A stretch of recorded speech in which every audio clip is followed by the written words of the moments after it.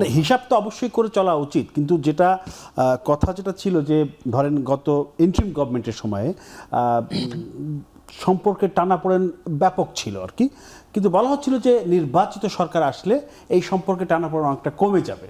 আপনারা তো ক্ষমতায় এসেছেন, আপনার নির্বাচিত সরকার এখন, আর ওদিকেও আপনার পশ্চিমবঙ্গেও নতুন সরকার এসেছে, বিজেপি ক্ষমতা এসেছে, ফলে দুই দেশে একদম নির্বাচিত সরকার, কিন্তু সেই বলা হচ্ছিল নির্বাচিত সরকার আসলে বাংলাদেশের সম্পর্কে টানাপোড়েন খুব একটা থাকবে না, ঠিক হয়ে যাবে, কিন্তু চিত্র তো উল্টো।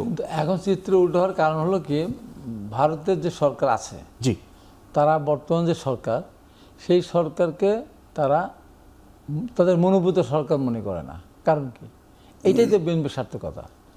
ভারত যে বিএনপিকে তাদের মনোভূত সরকার মনে করে না, এটাই তো বিএনপির সার্থকতা। এই যে বিএনপি সঠিক জায়গায় আছে, বিএনপি মাথা উঁচু করে চোখে চোখ রেখে কথা বলতে চায়, বিএনপি রাজনীতি সেখান থেকে শুরু। অতএব আমি মনে করি যে এটা আমাদের লসের কিছু নেই, এটা আমরা মাথা উঁচু করে দাঁড়িয়ে থাকবো। ভোট রাজনীতিতে আমাদের বেকায়দা ফেরার তাদের কোনো সুযোগ নেই, এবং আমরা বেকায়দা পড়িও নাই, পড়বো না ইনশাল্লাহ।